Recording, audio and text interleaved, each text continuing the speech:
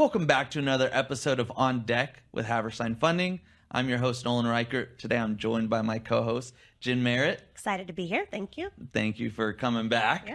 Yeah. We're really excited about this next guest. This individual has spent 20 years in the commercial finance industry, specifically in accounts receivable factoring. She has been with Triumph for 12 years and now serves as the Executive Vice President and Chief Operating Officer.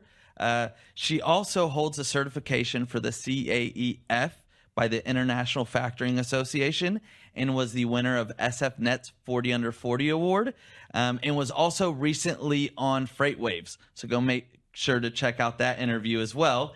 Today we have Kim Fisk. Kim, thank you for joining us. We're very excited to have you. Yes. Thanks for having me, Nolan and Jen. Yeah, we're excited. Thank you for taking the time because you just got promoted in February. So it's only been a month. Congratulations on that. Yeah, thank you very much. Yeah, absolutely. For the viewers that don't know you, can you kind of tell them about your background? Sure. Like you said, I started 20 years ago in commercial finance with Metro Factors, and they ended up being Metro Financial through an acquisition with Greystone. After I had left there in 2012, I onboarded with Triumph and worked my way through the ranks from underwriting all the way through to now the Chief Operating Officer. Really at Metro is where I learned the beginning to the end of factoring. So it being a smaller shop, it was general factoring and it wasn't transportation related. So, you have the background of staffing and manufacturing and all the things that come with that. So I had the ability to learn the various aspects of factoring where you're looking at from collections and verification and all the things that come with it. That feels like the Stone Age because people would literally deliver paper to your door and say, here are my invoices, buy my invoices kind of thing. And then fast forward to today where you're trying to keep up with technology and figure out, how do we streamline these processes that are so archaic with so much paper transaction? And so starting with underwriting and being part of a bank, because we're part of TBK Bank. Right. You figure out, you have compliance things and you're going to be audited. And so you have to come up with a lot of ways to streamline process and make things almost electronic. So it was a large undertaking to go from having paper to people, from people and paper to, systems and processes. Right. Yeah. So you mentioned when you started with Metro, to kind of back it up, no one really graduates college and is like, oh, I'm going to go into factoring. Yeah. So how did you fall into this industry? So I grew up in Las Vegas, and I did not want to raise my daughter there because it's a lot of adult in your face all the time. So, so we moved, and Dallas is a good place to, raise a family, good economy, and the such. And so I ended up getting an employment agency to find me a job because I was in property management there. It was an option here, but kind of looking for something different. I did a lot more accounting and auditing and things when I was in Las Vegas. So Metro ended up having a position in accounts payable, but they also needed a legal admin component, which I also worked for a law firm back in my earlier years, just as a, like a runner and an admin person. And so it kind of fit the mold. That's really kind of where I started in factoring. And so when I get there, they said factoring, and I was like, a factory? I've never heard of factoring. And then, as you grow into the business, you learn how you touch people's lives as entrepreneurs. Absolutely. And I thought that was just, I don't know, it just stuck with me. I love what we do because we can help these entrepreneurs. And, at Triumph, our new vision is every trucker thrives. And so we're just helping these entrepreneurs that are not bankable, get working capital to run their business, live their lives, and support their families and our economy. Make a difference. Right. I love that. So with Metro, what was your first role? Like once you walked in the doors, you finally figured out it wasn't a factory. Yeah. What was your first role? Like what was the introduction? So it was legal admin mostly, and with the small piece of accounts payable. And then they quickly transferred me over to the underwriting world just because there was a lot going on when I got there. An acquisition had started shortly after I had gotten there. And so it was, my mindset's funny because I think about my former boss, Tom Favola, who actually taught me a lot. I have kudos to him for a lot of things that he taught me in the underwriting world with pricing and things like that. So went right into underwriting and special projects when I was at Metro and kind of learned how to deal with the client interviews and understanding a business and what their needs are, and trying to just put all the components together to make sense to service a factoring deal. I did not know that you started that way. And I'm only, because I was a temp when I started as receptionist answering the phone. So it's just small world. Yeah. Okay. Yeah. It is. So it sounds like, you were able to start from the ground up, see the business as a whole. What about underwriting was it that, once you got into that role, you were like, this is it. This is what I want to do. It was interesting doing the investigation part of things. I love the research that goes into trying to find the care. It's really in what people may not understand about factoring is in underwriting, you're looking at the character risk of an individual and not so much the credit risk, because those are two different things in factoring. A lot of you guys know, but others really don't understand that. Now that we were owned by a bank, it was hard to get them to understand, oh, you're looking at credit risk rather than debtor credit risk, right? There's two different, or character risk versus credit risk. Right. So I really, really like that part of it, where you would see the various backgrounds of people and how they got into the industry also, because that's the opportunity to really to get to know your customer, right? Really connecting to them. Exactly. Yeah. So, you started out underwriting, and then you kind of worked your way to where you are now, as Jen kind of hit on, the implementing all of these processes. So someone that might be listening or watching this that is in that stage right now, they're looking for efficiencies. What's something that you learned during that process, or how were you able to go from where you started to where you are now? Yeah, so the way I approached the process piece of it is we took a whiteboard, and so we used to have these green files. You would walk around our office, and there was stacks of green files. And so we literally walked through the life cycle of the file. And so it's like, where does a human being pass off a file, and what can we use as a system to take the place of the human? Right. And so that's really how we started it. We sat down in a room and was with another consulting firm that was working on Salesforce with us. Okay. And so we started in underwriting. We went through that whole life cycle of the file, which included going all through operations. And it's like, how do we interact with each other systematically rather than having that human component of passing the file around? So that's really what helped us start streamlining that. And then you just take it a step further and say, how do you automate what a human has to do? Where I know I have to take an action. So then we built things in. This is a milestone function. So you might click a date, or there's a function within Salesforce that we said, if this happens, then there's an automatic stage that'll move to the next phase. And then you create queues for people where I know that my responsibility is in this queue. And so as it hits my queue, then it's going to be, posted in there by priority or timestamp or what have you. So that was really helpful for us to go through that process. And, operations does the same thing, or like invoice intake process. You have your product and technology teams kind of doing the same thing. Is how do we get this manual paper interaction into a more process-driven function? So many of the things that we did for systems was, what are we doing as humans today, and how can a system really take that over? And y'all have kind of taken that to a whole nother level, because I know when you started there, how big were you when you started it? That was 12 years ago. 12 years ago, we are around 40 to 60 million, and today we're purchasing $1 billion per month. Right. Wow. That's huge. Yeah. And then you've grown from that too. And then so you're taking not just automating a process, but you've been able to make it super scalable because of that. That's right. And not all that technology existed before. So I think Triumph does set a standard for taking technology and figuring out how best to impact not just your group, but how in the industry to make that system, smoother. Right. You can talk more about that. Yeah, so we think about client first, like client first mentality. What is their experience? And so in transportation specifically, it's speed to funding. So you look at the intake process. We have the MyTriumph portal. Our clients can import their bills of lading and rate confirmations. Our back office offers, invoice creation and invoice presentment to their customers. But what do you have to do to actually get it to the process of where somebody's purchasing your invoice to get you funded? And so we use machine learning and AI to ingest the paperwork. And then there's decision models that are created to make risk decisions. So you take client behavior, debtor behavior, and understand things like what a human can't do very quickly, and look at all the aspects of the relationship where a decision model can make the decision for us quickly. And then a workflow can kick off and say, does this hit an exception? Let a human touch it. Does it not hit an exception? Move Go to the to our next ready step, queue yeah. for a purchase.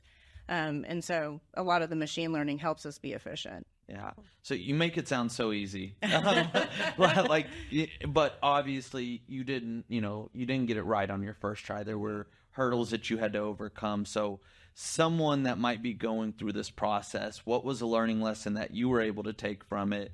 And what could you tell others that are, trying to model after, what you've implemented? Yeah, so I'm not the brains behind all of it, right? I'm not a technical person. Right. We have some excellent product and technical people that have really helped drive a lot of the progress in all of this. And so I would say partner with a good firm that knows the industry, works with finance companies, and surround yourself with people who can help you. You have to have the operational brains, but then also the technology brains. So really have people around you that are good with those kinds of things. What would you say, taking your question, of what would you share, your takeaways, what would make a difference? So take that not just to the Triumph, but your personal journey of getting from starting with, I don't know, 15, 20 people, 40 people that you started with to 400 and $1 billion. Like, are there any key takeaways that you wish you would have known, or someone would have shared, like, hey, when this happens, go back talking to your former self, like, do this? You mean process-wise or as an individual? Yeah. I would go with the individual one, Yeah, so as a person, and as a female too, sometimes you sit in the back of the room and kind of I'm an observer by nature anyway. I'm a people watcher. I actually just answered some questions about Women's History Month, about what are some things that you learned growing up. And for me, I was always an observer, and I would hear how people would talk about people. I mean, it's human nature, and you hear that. Plus, I was a youngin' back then, and I see how they reacted to individuals. And so I always made sure that, one, I was kind. I was a kind person. You build relationships because those go a long way. But be patient and have humility through everything that you do in life, really, as a professional and an individual. But really, I just try to do the right thing and be a person that people want to work for and work with. And so, I mean, that's what I really try to tell. Mantra. You have like a brand that you try to bring to yourself. And to me, it's just like the be kind. I love that. Yeah. We heard that from Tim Stute has a similar one. He was on last month. So, Yeah, so that must be some model It works. for success. Yeah, it's proven. So going from a smaller team when you started to now, what did you say, 400 employees? That's a lot. That is a lot. Yeah, that's substantial. So what's something that you did to help develop individuals or help grow and maintain that culture? Because people are coming and going, it's growing. It's hard to keep that culture steady that really drives and makes people want to show up every day. So what were you able to do in your day-to-day to reflect the change that you wanted to continue? Yeah. So you have to trust your team, and you have to develop them to have that trust. And so I always say you're only as strong as your weakest link. And so I try to work on what are the things what tools do they need? What knowledge do they need to have to be stronger and confident in making decisions of their own. I don't have time to micromanage. I'm not a micromanager. And so, I let the team think about when they come to me with something. I always say, well, let's talk about it. How would you approach the situation if it was your decision? And then, we would work our way through what's the best decision.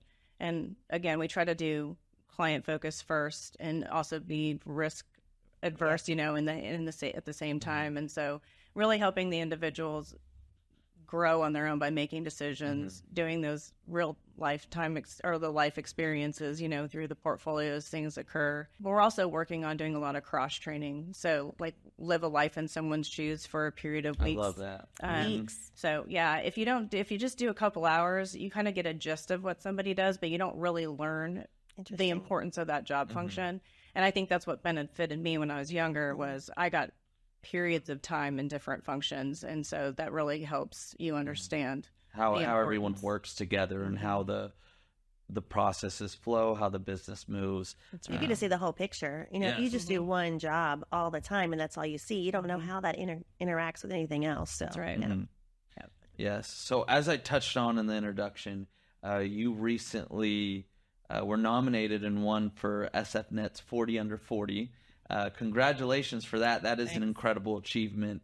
Did that have any, you know, once you found out that you won, I mean, walk us through what kind of your emotions were and how that impacted you and really what you did to get to being nominated and winning that award. Yeah. So you're sweet. That was in 2016. I'm old. No. No, it was great. I was really surprised.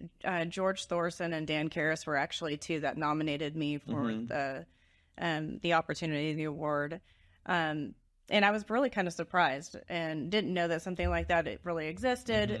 But I just thought back about the hard work that I put in. But I also thought about all of the people that I surrounded myself with, like George. Today I have Tim Valdez, who's amazing. Steve Hausman was a great mentor. So I was really lucky in my career that I was surrounded by these people who were outstanding in the industry and were willing to develop and grow people in the next generation. So, you know, I was proud to be able to represent my company in the 40 Under 40 and myself as well. Touching base on, you know, the building out the team, what are some of the initiatives that Triumph has started to kind of bring in the next generation of leaders? Yeah, so we actually utilize the IFA that has the next gen group started. And so we just did a layer of nominees for that. So you look at your what they call the rainmaker, or the newcomer, I think or like the next rookie leader, leader, things like that. And so, you know, we like to cultivate the next up and coming. And, you know, like I said, we're only as strong as our weakest link. And so some of these individuals have been outstanding. I've been really shocked about some of the things they can bring to the table, the way they think, the way they solution things, like really meaningful work that they put together that some of us that have been in it for so long, it's like a new set of eyes and processes and things. So even though like we went through, what? all these things. Yeah. So the next gen, I think, is going to be, I mean, we have a pretty solid group of next gen coming. And so we're making sure that they're by our sides a lot of the time and understanding what leadership goes through. And so helping them learn how to coach and learn how to develop others and making sure that they make time for themselves, which is hard to do in a growing company. Making sure they do that, because if you don't develop yourself, then there's only so much you can teach people. Right. Yeah. Now, kind of changing gears, you know, Triumph being one of the leaders in the industry, there's a lot of questions surrounding transportation these past few years. You guys are obviously getting a good view in that industry. So what are some trends that you're seeing? What are your projections for this year in that industry? Yeah. So coming out of the pandemic, where we skyrocketed and more than doubled in size during that time frame, holding on by a thread to going into the longest freight recession that we've ever seen. And so it's really tough. I mean, we really care about our clients who are struggling out there. And so some of the things that we look at are, you know, you look at spot rate. You're seeing like when fuel's high and spot rate's low, you know that, you know, your client's struggling there. Yes. Rejection rate is sometimes a cue for us to know that if there's a lot of rejections, then you have some capacity that can start taking that over. Can you talk about for the audience, the viewers, don't understand or don't know or maybe don't follow it, but have heard transportation has not been good, and now you know people are guessing when it's going to change. What does all that mean? Like, can you elaborate a little bit, just a little bit more? Yeah. So when you see those trends, when you see the trends in like the spot market or the rejections coming through, when fuel's coming down and spots going up, that means it'll start making some more money, right? The truckers will. To have a little more capital and margin in the lanes that they're running. So you really look at, we can monitor our invoice price, right? So if our invoice price starts to rise, that means that they're billing more out to those brokers or shippers. And so you can start to see the turn in the industry when you start seeing some of those things all come together. And have you seen any of that? Because the last 2 years or so has been the worst. I'm not going to, there's a lot of adjectives people use to describe it, you know, with people turning in their trucks and not doing things. So have you started to see any trends for turns yet? Or We thought January to February, our invoice price ticked up a little bit, and then it started to come down again. And so we were, and like, oh, yeah, we weren't going to get too excited about it. But we did see the trend start to go back down a little bit. We do anticipate, and I think just the overall industry thinks that there'll be a little bit of an improvement as the year goes on, probably more mid third quarter, fourth quarter, yeah, for third, fourth quarter, that you'll see some improvement.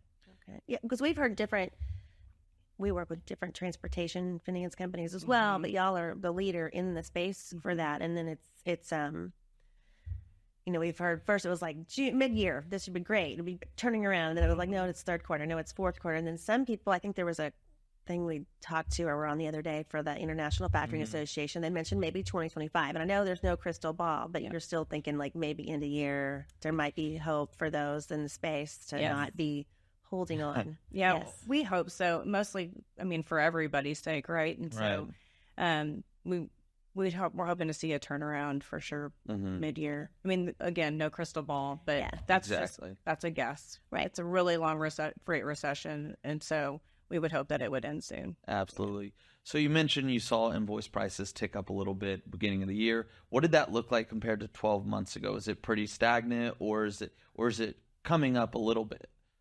12 months ago, it's almost the same because we were already in the recession. Right. But before that, I mean, it was a few $100 swing, $500 swing, which is a lot per invoice. If you think about, we touch almost 600,000 invoices a month. Right. And you do that times, I don't know, 2,500 or whatever. That's a lot. When you're going down to like 1,700, we're between like 1,700 to 1,800. That's a big swing percentage of the invoice. Yeah. Right. That is. Yeah. Yes. So that just tells you what the transportation individuals are dealing with. Yeah. Are there other metrics that y'all look at too? Because some people will say, we bought, I'm making this up, 100 invoices, and this month we bought 1,500 invoices. So even though the average changes, does the frequency of the number that you're buying change? Do y'all look at that, or does that tell you anything? Or yeah, so we like to look at number of invoices because that tells you if your volume is truly declining. Because with our industry, when you look at small fleet carriers, you'll see more of them fall out of the business because it's expensive, right? Yes. So they either decide to go lease on to somebody and run for a larger fleet without having all the burden of the expense with exactly it. Or they just get out of the business altogether. And so you can see a 20 to 25% attrition happening with your portfolio altogether, but normally just on the small segment when you're looking at the smaller carrier. When we looked at that, we lost about 20% of our client base, but only 5% of our invoice volume. So our larger clients got bigger. The volume. Yeah, and our smaller clients were kind of tapering off a little bit. So there wasn't a huge change in volume. So it can't predict the future, but in the past, where people were truckers, as they started up, you saw this volume switch the other way, right? They were going and entering the space because times were good. They could make more, and so now it's just flipping back. It's not about even yet, or is there any way to know? Not yet. We're not seeing them come back in. Not yet. I mean, there's still new business coming in on the smaller segment. So you're seeing the ones that were struggling a little bit over the last year or so, and some new ones coming in or coming back. Some of them are old clients that became inactive over that time and are coming back. So you're seeing some of that, but it's not a high major volume right now. Right. Yeah. Okay. Are you seeing any uptick in fraud or delinquency, stuff like that?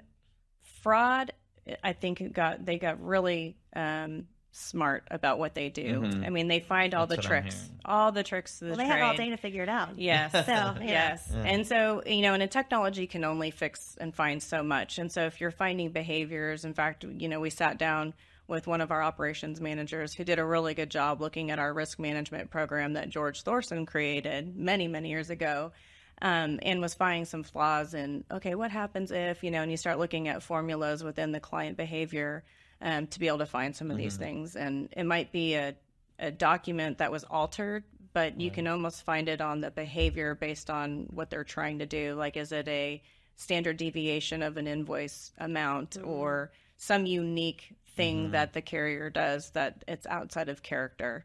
And so that's typically what you have to try to find. But in this industry, it's a risk-based business. And so that part of what you're going to do is going to have some fraud run through it. And that's part of the reason all the controls are there, right? I mean, it's not like you're looking for anyone. You're looking for the one person you're trying to prevent that. So, Yes. That's right. Yeah. So kind of takeaway, and I know we went through a lot on your journey. What is something that you would give our viewers, whether that's, life motto or key takeaways, personal or professional, that they could walk away with? Yeah. So we talked on the be kind kind of thing. So just be patient, be kind, be a good human being. I think the more we help each other, I think the more all of us will thrive. Yeah. Thank you, everyone, for joining us on another episode. Jen, thank you so much for joining me. Thank you. Kim, thank you so much for sharing all your thoughts and wisdom and feedback for all of our viewers. Appreciate you having me. Thank you. Absolutely. And for all of our viewers and listeners, remember to stay informed, stay inspired, and stay on course to growing your financial platform. Thank you.